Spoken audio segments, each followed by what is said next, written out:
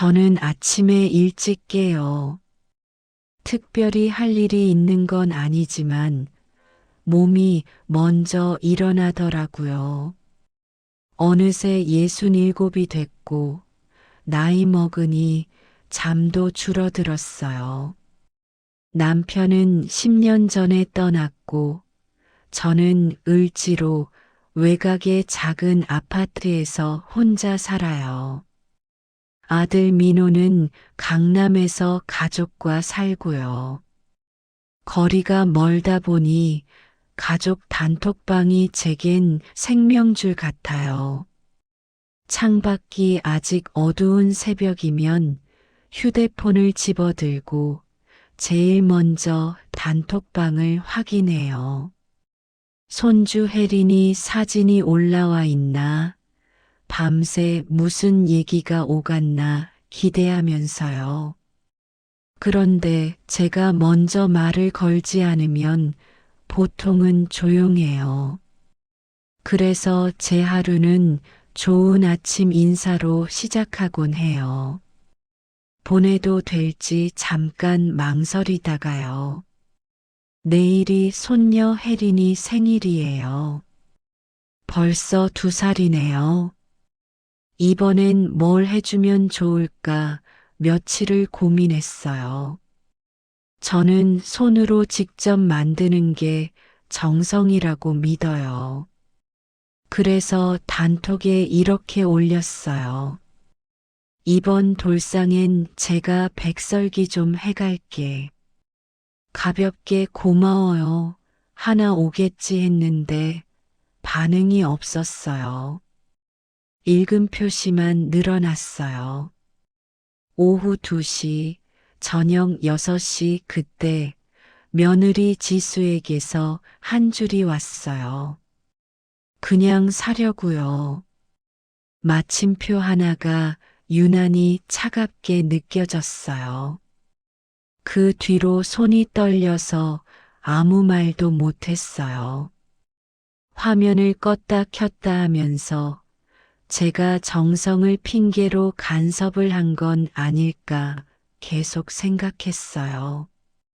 그날 이후로 저는 톡을 조금 멀리해 보려고 했어요. 대신 하루를 지나며 지수의 프로필 글과 상태를 유심히 보게 됐어요. 아침 9시면 회사 간다고 뜨고 낮엔 회의, 클라이언트, 보고서 얘기가 계속 올라오더라고요. 민호는 이응이응, 키읔키읔처럼 짧게만 답해요. 다들 각자 버티는 하루 같았어요. 저는 그 틈에 혜린이에게 어울릴 옷 사진을 올리곤 했는데 답은 대체로 늦고 짧았어요.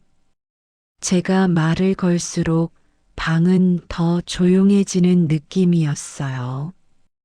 예쁜 핑크색 코듀로이 조끼를 보고 사진을 올렸어요.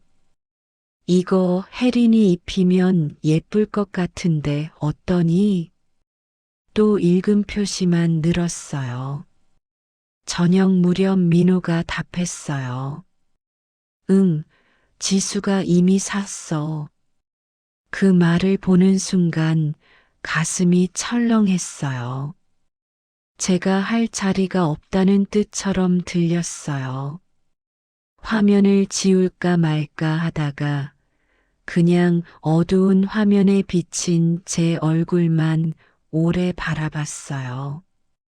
읽었는데 왜 답이 없지라는 말이 밤새 머릿속을 맴돌았어요. 다음 날 새벽에도 저는 단톡을 먼저 열었어요. 여전히 조용했어요. 그런데 지수의 상태 메시지가 바뀌었더라고요. 다 그만두고 싶다. 그 문장을 보는 순간 손에서 휴대폰을 떨어뜨릴 뻔했어요. 무슨 뜻일까 걱정이 커졌어요. 전화를 했지만 받지 않았어요. 저는 조심스럽게 한 줄을 보냈어요. 지수야, 괜찮니? 읽음 표시는 떴지만 대답은 없었어요.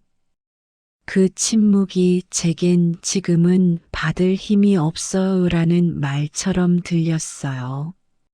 며칠을 망설이다가 민호에게 전화를 했어요. 그제야 알게 됐어요. 지수가 병원을 다니고 있고 스트레스 때문에 상태가 좋지 않다는 얘기였어요. 저는 아무 말도 못했어요. 돌상 떡 얘기가 그 아이에겐 짐이었겠구나 싶었어요. 그냥 시켜 먹을게요가 무심함이 아니라 버티기 위한 최소한의 거리였다는 걸 그제야 이해했어요. 그날 밤 저는 홀로 많은 생각이 들었고 결론을 내었죠. 그래서 새벽에 용기를 내 먼저 손을 내밀었죠. 지수야, 내가 도와줄 건 많지 않아도 내 옆에 있을게. 잠시 후 답장이 왔어요. 어머니, 고마워요. 짧은 글이었는데 마음이 따뜻해졌어요. 저는 급히 무엇을 제안하지 않고 지수가 말을 건네면 천천히 듣기로 했어요. 며칠 지나 지수가 조심스레 말했어요. 어머니, 그때 백설기톡은 제가 아니라 오빠가 대신 쓴 거예요. 순간 모든 퍼즐이 맞춰졌어요. 그 딱딱한 말투는 지수가 아니라 민호였어요. 저는 허탈하게 웃음이 나왔어요.